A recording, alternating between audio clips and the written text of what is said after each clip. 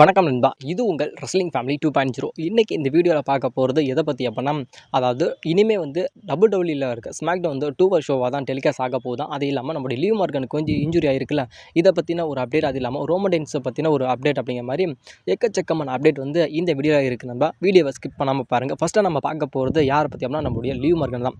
Leave Morgan வந்து இப்போ வந்து தற்போதைய வந்து உமன்ஸோட டாக் டீம் சாம்பியனாக இப்போ நம்முடைய லீவ் மார்கன் இருக்காங்க. அது இல்லாமல் WWE உமன் ரெஸ்லர் ஒரு டாப் 1 ரெஸ்லர் யார் அப்படின்ட்டு அது வந்து நம்முடைய லீவ் மார்கன் தான். இப்போ வந்து நம்முடைய லீவ் மார்கனுக்கு வந்து இன்ஜுரி ஆயிடுச்சு. அதாவது நம்முடைய லீவ் மார்கனுக்கும் நம்முடைய கரிசனுக்கு வந்து மேட்ச் நடந்துச்சு. அதில் வந்து நம்முடைய லீவ் மார்கனுக்கு வந்து இன்ஜுரி ஆயிடுச்சு. அது உண்மையான்னு கேட்டால் 100% உண்மை தான். அதாவது ஷோல்டர் இன்ஜுரி வந்து நம்முடைய லீவ் மார்கனுக்கு ஆயிடுச்சு.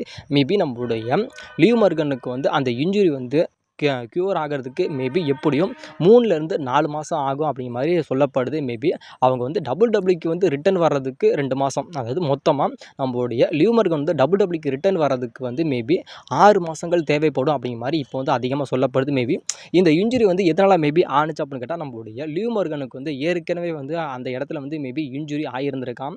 அதனால திரும்பி அதே மாதிரி நம்மளுடைய லீவ் மார்கன் வந்து ஃபைட் பண்ணிக்கிட்டு இருக்கவும் அந்த இன்ஜுரி வந்து சரியாக க்யூர் ஆகாமல் இருக்கவும் மேபி அந்த இன்ஜுரி வந்து திரும்பி ஆயிடுச்சு அப்படிங்கிற மாதிரி தான் சொல்கிறாங்க. தவிர இதில் வந்து நம்மளுடைய கேரி சேனோட எந்த விதமான தப்புமே இல்லை அப்படிங்கிற மாதிரி இப்போ வந்து தரப்புலேருந்து மேபி இப்போ சொல்லிட்டாங்க. மேபி இதனால் வந்து நம்மளுடைய என்ன சொல்கிறாங்க அப்படின்னு கேட்டால், நம்மளுடைய லீவ் மார்கனுக்கு போட்டு வச்ச எல்லா பிளானுமே மேபி ஸ்டாப் பண்ண போகிறோம் அப்படிங்கிற மாதிரி இப்போ வந்து சொல்லியிருக்காங்க. அது இப்போ வந்து நம்மளுடைய லீவ் மார்கன் இருக்காங்க அப்படின்னா, லீவ் மார்கன் வந்து உமன்ஸோட டாக் டீம் சாம்பியனாகவும் இப்போ வந்து நம்மளுடைய லீவ் மார்கன் இருக்காங்க. அது இல்லாமல் எவல்யூஷனில் வந்து நம்மளுடைய வந்து நம்மளுடைய லீவ் மார்கனுக்கும் அது இல்லாமல் நம்முடைய நிக்கி பெல்லா இருக்காங்களா, அதாவது பெல்லா ட்வின்ஸ்னு சொல்கிறோம்ல, ப்ரீ பெல்லா நிக்கி பெல்லா அப்படின்னு சொல்கிறோம்ல, அவங்க 2 பேர், அது இல்லாமல் நம்மளுடைய ரகுல் ராக்விட், நம்மளுடைய லீவ் மார்கன், இவங்க 2 பேரும் சேர்ந்து வந்து எவல்யூஷனில் வந்து அவங்களோட டைட்டிலை வந்து பில்லா ட்வின்ஸ்கிட்ட வந்து மேபி டிஃபெண்ட் பண்ணுவாங்க அப்படிங்கிற மாதிரி சொல்லப்பட்டுச்சு. அது இல்லாமல் பலவிதமான ஸ்டோரியை வந்து நம்மளுடைய வந்து நம்மளுடைய லீவ் மார்கனுக்கு மேபி போட்டு வச்சுருந்தாங்களாம். இப்போ வந்து நம்மளுடைய லீவ் மார்கனுக்கு வந்து மேபி இன்ஜுரி ஆகவும் அந்த ஸ்டோரி எல்லாத்தையுமே இப்போ வந்து நம்மளுடைய ஸ்டாப் பண்ண போகிறாங்களாம். அது இல்லாமல் இப்போ நம்மளுடைய லீவ் மார்கன் வச்சிருக்க அந்த டாக் டீம் டைட்டிலை கூட மேபி நம்மளுடைய லீவ் மார்கன் வந்து வெக்கேட் பண்ணிட்டு போயிடுவாங்க அப்படிங்கிற மாதிரி சொல்லப்படுது.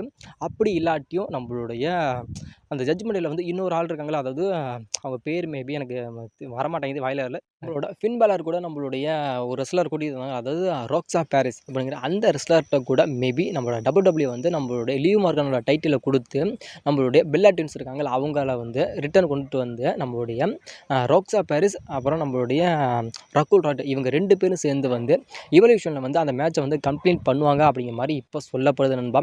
இது வந்து யாருக்கு சந்தோஷம் அப்படின்னு கேட்டால், நம்மளுடைய ரியா ரிப்ளைக்கு ரொம்ப ரொம்ப சந்தோஷம் அப்படிங்கிற மாதிரி சொல்லப்படுது. ஏன்னா இந்த விஷயம் வந்து இந்த ஒரு சம்பவத்தை வந்து நம்மளுடைய பயன்படுத்தி தான் நம்மளோட ஜட்ஜ்மெண்ட்டுக்குள்ளேயே நம்மளுடைய லீவ் மார்கன் வந்தாங்க. இப்போ அதே யூஸ் பண்ணி நம்மளுடைய நம்ம ரோக்ஸன் பாரிஸ் வந்து திரும்பி அந்த ஜட்ஜ்மெண்ட்டுக்குள்ளே போகிறாங்க. டபிள்யூல இப்போ வந்து ஸ்மாக்டவுன் வந்து 3 ஹவர் ஷோவாக தான் டெலிகாஸ்ட் ஆகிட்டு இருக்கு. இதை வந்து USA நெட்வொர்க் தான் மேபி டெலிகாஸ்ட் பண்ணிக்கிட்டு இருக்காங்க. ஆனால் இப்போ வந்து இதில் வந்து ஒரு மிகப்பெரிய ஒரு சுக்கம் ஆயிடுச்சு அப்படிங்கிற மாதிரி சொல்லப்படுது. அதாவது இப்போ வந்து நம்ம என்ன பண்ண போகிறாங்க அப்படின்னா, நம்மளுடைய ஸ்மாக்டவுன் வந்து 3 ஹவர்ஸாக டெலிகாஸ்ட் ஆகிட்டு இருக்குல்ல, அதை வந்து மேபி நம்ம 2 ஹவர்ஸாக மாற்றிடலாம் அப்படிங்கிற மாதிரி ஒரு பிளானில் இருக்காங்க அப்படிங்கிற மாதிரி சொல்லப்படுது. மேபி இது வந்து ஜூலை 4ஆம் தேதியிலேருந்து நடைமுறைக்கு வரும் அப்படிங்கிற மாதிரி சொல்லப்படுது. அதாவது ஜூலை 4ஆம் தேதியிலேருந்து நம்ம வந்து WWE பார்க்குற ஸ்மாக்டவுன் வந்து 3 ஹவர் ஷோ கிடையாது, 2 ஹவர் ஷோ, அதாவது 2 ஹவர் ஷோவாக தான் இனிமேல் கன்வெர்ட் ஆகும் அப்படிங்கிற மாதிரி இப்போ வந்து சொல்லிட்டாங்க. இப்போ வந்து நான் பார்க்க போகிற ஷோ எல்லாமே 3 ஹவர் ஷோ தான். ஆனால் ஜூலை 4ஆம் தேதிக்கு அப்புறம் நம்ம வந்து டிவியில் வந்து 2 ஹவர் ஷோவாக தான் நம்ம ஸ்மாக்டவுனாக பார்க்க போகிறோம். இதனால் வந்து நிறைய ரெஸ்லர் வந்து மேபி பாதிக்கப்படுவாங்க அப்படிங்கிற மாதிரி சொல்லப்படுது. ஏன்னா 3 ஹவர் ஷோவாக இருக்கவும் இப்போ வந்து ஸ்மாக்டவுன் வந்து நிறைய செக்மெண்ட்லாம் நடக்குது. மேபி இப்போ நம்மளுடைய வந்து இதை 2 ஹவர் ஷோவாக மாற்றினால பாதி ரெஸ்லருக்கு வந்து மேபி வாய்ப்பு கிடைக்காம போகிறதுக்கான வாய்ப்பு அப்படிங்கிறது ரொம்ப ரொம்ப அதிகமாக இருக்குது. ஏன்னா வந்து இந்த ஒரு முடிவு வந்து மேபி எதுக்கு எடுத்தாங்க அப்படின்னு எனக்கு சத்தியமாக தெரியல. ஆனால் நெட்ஃப்ளிக்ஸை பொறுத்த வரைக்கும், அதாவது நம்முடைய டிகேஓ குரூப்ஸை பொறுத்த வரைக்கும் அதிகமான டைம் வச்சு அதிகமான வருமானத்தை சம்பாதிக்க தான் ஆசைப்படுவானுங்க. மேபி இவனுங்க எப்படி இந்த ஒரு விஷயத்த வந்து மேபி அக்செப்ட் பண்ணிக்கிட்டாங்க அப்படிங்கிறது மேபி தெரியல. உங்களோட கருத்துப்படி ஸ்மாக்டவுன் வந்து 3 ஹவர் ஷோவாக பார்த்தா உங்களுக்கு நல்லா இருக்குமா? இல்லை இப்போ வந்து 2 ஹவர் ஷோவாக பார்க்க போகிறீங்களா? அது வந்து பெட்டராக இருக்குமா? அப்படிங்கிறத மறக்காமல் கமெண்ட் பண்ணுங்கள். என்னை பொறுத்த வரைக்கும் நான் 3 ஹவர் ஷோவை தான் நான் ஆதரிப்பேன். இந்த 2 ஹவர் ஷோ வந்து மேபி எனக்கு பிடிக்கல. உங்களுக்கு பிடிக்குதா அப்படிங்கிறத மறக்காமல் சொல்லுங்கள். இப்போ வந்து உங்களோட ஸ்க்ரீனில் பார்க்குறீங்களா, இதுதான் சாட்டர்டே நைட் மெயின் ஈவெண்ட்டோட ஃபர்ஸ்ட் லுக் போஸ்டர். இதில் வந்து உங்களோட பில் கோல்ட்பர்க் தான் ஒரு மிகப்பெரிய ஒரு போஸ்டரில் மேபி இருக்காரு. இதில் வந்து வேறு யாருமே கிடையாது. நம்மளோட WWE வந்து சாட்டர்டே நைட் மெயின் ஈவெண்ட்டை வந்து நம்முடைய கோல்ட்பர்க்காகவே உருவாக்கியிருக்காங்க அப்படிங்கிற மாதிரி சொல்லப்படுது மேபி. ஏன்னா அதில் வந்து கும்தருக்கும் நம்மளுடைய கோல்ட்பர்க்கும் மேட்ச் இருக்கிறதுனால மேபி இதில் வந்து யாருமே கிடையாது. நம்மளுடைய பில்டு கோல்ட்பர்க்கை மட்டும் தான் வச்சுருக்காங்க. அதாவது நம்முடைய கோல்ட்பர்க்கோட லுக் அப்படிங்கிறது உண்மையிலுமே ஒரு ஃபென்டாஸ்டிக்காக இருக்குது. அது இல்லாமல் நம்மளுடைய கோல்ட்பர்க் வந்து அவர் வந்து ஸ்பியர் போடுறப்ப அந்த ஒரு மூமெண்ட்டில் நிற்பார் தெரியுமா, அந்த மூமெண்ட்டை தான் நம்மளுடைய WWE இப்போ வந்து கொடுத்துருக்காங்க. மேபி இந்த போஸ்டர் வந்து எப்படி இருக்குது அப்படிங்கிறத மறக்காமல் கமெண்ட் பண்ணுங்கள். என்னை பொறுத்த வரைக்கும் இது சூப்பராக இருக்குது. அது இல்லாமல் இந்த சாட்டர்டே நைட் மெயின் ஈவெண்ட் வந்து ஜூலை 12 தான் நடக்க போகுது. அதில் வந்து நம்மளோட WWE வந்து கோல்ட்பர்க் விசஸ் கும்தருக்கான வேர்ல்டு ஹெவிவெயிட் சாம்பியன்ஸ் மேட்சை வச்சிருக்காங்க. மேபி இதில் வந்து நம்மளுடைய கோல்ட்பர்க் வந்து நியூ வேர்ல்டு ஹெவிவெயிட் சாம்பியன் ஆவாரா, இல்லை நம்மளுடைய கும்தர் வந்து அவரோட சாம்பியன் அவரே ரீரைன் பண்ணி எடுத்துகிட்டு போவாரா அப்படிங்கிறத மறக்காம கமெண்ட் பண்ணுங்கள். இது உண்மையிலுமே ஒரு ஷாக்கிங்கான ஒரு மூமெண்ட் நண்பா. இது வந்து உண்மையான ஒரு ரியல் ரொம்ப ஒரு இம்பார்ட்டண்டான ஒரு நியூஸும் கூட. அதாவது இப்போ வந்து நம்மளுடைய அண்டர்டேக்கர் இருக்கார்ல, அண்டர்டேக்கர் வந்து இப்போ வந்து ரெசல் பண்ண முடியாது. மேபி இப்போ தான் அவருக்கு வந்து ஹார்ட் சர்ஜரி வந்து பண்ணியிருக்காங்க. மேபி இப்போ வந்து நம்மளுடைய WWE வந்து என்ன பண்ணியிருக்காங்க அப்படின்னா, நம்மளுடைய அண்டர்டேக்கரை வந்து கிரியேட்டிவிட்டி டீமில் வந்து மேபி ஜாயின் பண்ணியிருக்காங்க. மேபி இதுக்கப்புறம் வந்து நம்மளுடைய அண்டர்டேக்கர் வந்து WWE வந்து கிரியேட்டிவிட்டி கண்ட்ரோலில் தான் மேபி இருக்க போகிறாரு அப்படிங்கிற மாதிரி இப்போ சொல்லப்படாது. இதுக்கு அதாவது இப்படி சொன்னால் ஒரு ஸ்டோரியில் என்ன மெயின்டைன் பண்ணுறது யார் அப்படின்னு கேட்டால், இப்போ வந்து நம்மளுடைய அண்டர்டேக்கர் தான் அப்படிங்கிற மாதிரி சொல்லப்படாது. இப்போ வந்து நம்மளுடைய அண்டர்டேக்கர் வந்து பலவிதமான ஸ்டோரியில் வந்து மேபி இன்வால்மெண்ட் ஆகிட்டு தான் இருக்கார். அதாவது பேக் ஸ்டேஜில் நிறைய விஷயங்களை வந்து செஞ்சுக்கிட்டு இருக்காரு அப்படிங்கிற மாதிரி சொல்லப்படுது. மேபி இப்போ தான் நமக்கு வந்து தெரிய வந்திருக்கு. அதாவது இப்போ வந்து நம்மளுடைய அண்டர்டேக்கர் வந்து அந்த கிரியேட்டிவிட்டி டீமில் இருக்கார் அப்படிங்கிற மாதிரி சொல்லப்படுது. மேபி நம்மளுடைய WWE வந்து இப்போ ஒரு மிகப்பெரிய ஒரு அப்டேட் போச்சுல, அதாவது நம்மளுடைய TKO குரூப்ஸ் வந்து நம்மளுடைய ட்ரிபிள் ஹெச்சை வந்து ரிலீஸ் பண்ண போகிறாங்க. அதாவது 18 மாதம் மட்டுமே தான் நம்மளுடைய ட்ரிபிள் ஹெச் வந்து WWE இருக்க போகிறாரு அப்படிங்கிற மாதிரி WWE இருக்க ஜனதன் கோச் அப்படிங்கிற சொன்னார்னு சொன்னேன். நானே சொல்லியிருந்தேன். மேபி அவருக்கு அப்புறம் நம்மளுடைய அண்டர்டேக்கர் இருந்தால் மேபி அந்த ஒரு கிரியேட்டிவிட்டி கண்ட்ரோலில் மேபி இருப்பார் அப்படிங்கிற மாதிரி இப்போ சொல்லப்படுது. இப்போ வந்து ஆல்மோஸ்ட் வந்து WWE இருக்க ஆல்மோஸ்ட் ஸ்டோரி எல்லாமே கண்ட்ரோல் பண்ணுறது யார் அப்படின்ட்டா, நம்மளோட 3 பேர் மெயினாக இருக்கிறது யார் அப்படின்னா, நம்மளுடைய நிக்கானு, நம்மளுடைய ட்ரிபிள் ஹெச், நம்மளுடைய பால் ஹெமன், இவங்க 3 பேருமே தான் இருக்காங்க. இது இல்லாமல் நம்மளுடைய ராக், இவங்க 4 பேருமே தான் WWE இருக்க ஆல்மோஸ்ட் எல்லா ஸ்டோரியுமே வந்து மேபி கண்ட்ரோல் பண்ணுறாரு. இப்போ வந்து மெயினாக சொல்லும் அப்படின்னா, நம்மளுடைய சத்ரோன்ஸோட அந்த ஒரு ஸ்டோரியும் சரி, அது இல்லாமல் நம்மளுடைய ரோமன் ரெயின்ஸோட ஸ்டோரியும் சரி, இது எல்லாமே கண்ட்ரோல் பண்ணுறது யார் அப்படின்னா நம்மளுடைய பால் ஹெமன் தான். இவங்களுக்கு ஹெட்டாக இப்போ யார் இருக்க போகிறா அப்படின்ட்டா, நம்மளுடைய அண்டர்டேக்கர் தான் அப்படிங்கிற மாதிரி இப்போ சொல்லப்படுது. மேபி நம்மளுடைய ட்ரிபிள் ஹெச் WWE விட்டு போயிட்டார் அப்படின்னு கேட்டால், மேபி அந்த ஒரு பதவிக்கு வந்து மேபி நம்மளுடைய அண்டர்டேக்கர் தான் இருப்பார். இருந்து நம்மளுடைய WWE கிரியேட்டிவிட்டியில் வந்து ஒரு மிகப்பெரிய ஒரு திருப்பு முனையை பண்ணுவார் அப்படிங்கிற மாதிரி இப்போ சொல்லப்படுது. இப்போ வந்து அண்டர்டேக்கர் வந்து இப்போ வந்து WWE கிரியேட்டிவிட்டி டீமில் இருக்கார். மேபி இன்னும் என்னென்ன விஷயத்த நம்மளுடைய அண்டர்டேக்கர் மாற்ற போகிறாரு அப்படிங்கிறது மேபி தெரியல.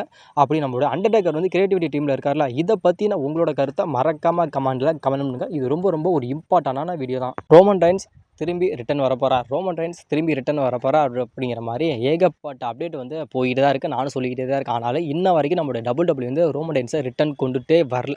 அதுக்கான காரணம் என்ன அப்படிங்கிறது தெரியல.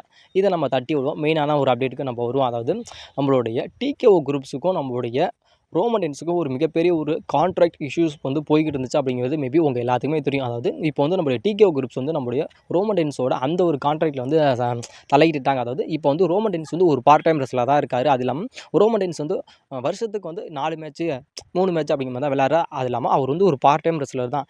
ஆனாலும் இப்போ வந்து நீங்கள் வந்து எதுக்கு வந்து ரோமன் ரெயின்ஸ்க்கு வந்து $15 மில்லியன் தரீங்க அப்படிங்கிற மாதிரி ஒரு மிகப்பெரிய ஒரு கொஷின் மார்க்கை வந்து நம்மளோட TKO குரூப்ஸ் வந்து WWE வச்சுருந்தாங்க. மேபி அதனால ஒரு மிகப்பெரிய ஒரு கான்ட்ரவர்சல் வந்து TKO குரூப்ஸுக்கும் சரி, அது இல்லாமல் WWEக்கும் சரி, ரோமன் ரெயின்ஸுக்கும் சரி அதிகமாக போய்கிட்டு இருந்துச்சு. அதாவது எதுக்கு தர்றீங்க, இதை வந்து நீங்கள் கம்மி பண்ணுங்கள், அதாவது உங்களுக்கு வந்து இவ்வளோ சேலரிலாம் வேணாம், அதாவது நீங்கள் வந்து இத்தனை அப்பியரன்ஸ் கொடுக்குறீங்க, நீங்கள் வந்து WWEக்கு வரல, நீங்கள் ஒரு பார்ட் டைம் ரெஸ்லர் தானே அப்படிங்கிற மாதிரி ஏகப்பட்ட ஒரு கொஷினை வந்து நம்மளுடைய TKO குரூப்ஸ் வந்து ரோமன் ரெயின்ஸ்கிட்ட கேட்டிருந்தாங்க. அதுக்கான எந்த விதமான விளக்கத்தையுமே நம்மளுடைய ரோமன் ரெயின்ஸ் சொல்லலை. அதாவது அவர் என்ன சொன்னார் அப்படின்னா, நான் இப்படி தான் இருப்பேன் அப்படிங்கிற மாதிரி சொன்னார். ஆனாலும் WWE என்ன சொல்லிட்டாங்க அப்படின்னா, சரி அப்படின்னு சொல்லி ஒத்துக்கிட்டாங்க. அப்படி மாதிரிலாம் ஏகப்பட்ட அப்டேட் போச்சு. ஆனாலும் மேபி இப்போ போகிற ஒரு அப்டேட் என்ன அப்படின்னு கேட்டால், மேபி இது எல்லாமே ஃபேக் அப்படிங்கிற மாதிரி சொல்லப்படுது. அதாவது TKO குரூப்ஸும் சரி, ரோமன் ரெயின்ஸுக்கும் சரி எந்த விதமான பஞ்சாயத்துமே போகல அப்படிங்கிற மாதிரி இப்போ சொல்கிறாங்க. இப்போ வந்து WWE தரப்புலையும் சரி, அது இல்லாமல் TKO குரூப்ஸ் தரப்புலையும் சரி, அது இல்லாமல் ரெஸ்லிங் ஓட்டிங் அந்த ஒரு அந்த ஒரு சர்க்கிளையும் சரி, இப்போ வந்து சொல்ல போகிற ஒரு விஷயம் என்ன அப்படின்னு கேட்டால், இப்போ ட்ரெண்டிங்காக சொல்கிறது விஷயம் என்னன்னா, அதாவது ரோமன் ரெயின்ஸ் வந்து WWE எப்பேற்பட்ட ஒரு ரெஸ்லர், எவ்வளோ பெரிய ஒரு ஃபார்மில் இருக்கார், எப்பேற்பட்ட ஒரு ரெஸ்லராக வந்து ஃபேன்ஸ் மனதில் இருக்காங்க அப்படிங்கிறது மேபி உங்கள் எல்லாத்துக்குமே எல்லாருக்குமே தெரியும். ஆல்மோஸ்ட் வந்து ஓப்பனா சொல்லணும் அப்படின்னு கேட்டா, இப்போ வந்து ரோமன் ரெயின்ஸால மட்டுமே தான் WWE உயிர் வாழுது. ரோமன் ரெயின்ஸ் இல்ல அப்படின்னா, தயவுசெய்து ரெஸ்லிங் அப்படிங்கிறத எவனுமே பார்க்க மாட்டான் அப்படிங்கிறது தான் முழுக்க முழுக்க உண்மை. அதுதான் ஃபேக்ட். சரியா? ஆனாலும் இதை எல்லாத்தையுமே நம்மளுடைய ஃபேன்ஸுக்கே தெரியும். அதாவது இப்போ பாதி பேர் அதாவது ஃபேன்ஸ் எல்லாரும் என்ன சொல்றாங்க அப்படின்னா, நான் ரோமன் ரெயின்ஸ்னால தான் நான் WWE பார்க்குறேன். ரோமன் ரெயின்ஸ்னால தான் நான் WWE பார்க்குறேன் அப்படின்னு ஃபேன்ஸுக்கும் தெரியும். அது என்னமோ WWEக்கும் தெரியும். அப்படி எல்லாமே நம்ம வந்து இவ்வளோ தூரம் யோசிக்க தெரிஞ்ச நமக்கு, இதை விட அதிகப்படி நம்மளுடைய ஹெட்டா இருக்கான். அதாவது WWE கட்டி ஆள்ற டிகே குரூப்ஸ் வந்து யோசிப்பானா, யோசிக்க மாட்டானான்னு கேட்டா, கண்டிப்பா யோசிப்பான். நம்ம 10 மடங்கு யோசிச்சோம்னா, அவன் 1000 மடங்கு அவன் யோசிப்பான். அவன் சொல்ற ஒரு விஷயம் என்ன அப்படின்னு கேட்டா, நாங்க வந்து ரோமன் ரெயின்ஸ்ட்ட எந்த விதமான கான்ட்ராடிக்ஷனுமே வச்சு நாங்க பேசவே இல்ல. அப்படிங்கிற மாரி இப்போ வந்து WWE தரப்புல வந்து இப்போ வந்து சொல்லப்படுது. அதே சேமா தான் நம்மளுடைய டிகேஓ குரூப்ஸும் இப்போ சொல்றாங்க. அதாவது WWE என்ன சொல்றாங்களோ அதே தான் நாங்களும். அதாவது நாங்க வந்து ரோமன் ரெயின்ஸ் வந்து எந்த விதமான கான்ட்ராக்ட் இஷ்யூஸை பத்தியுமே நாங்க பேசல அப்படிங்கிற மாரி தான் அவங்களும் சொல்றாங்க. அதாவது ரோமன் ரெயின்ஸ் வந்து இப்போ வந்து நீங்க எதுக்கு அதிகமான மில்லியன் வாங்குறீங்க? ஒரு வருஷத்துக்கு இவ்வளோ வாங்குறீங்க. நீங்க கம்மியா வாங்குங்க.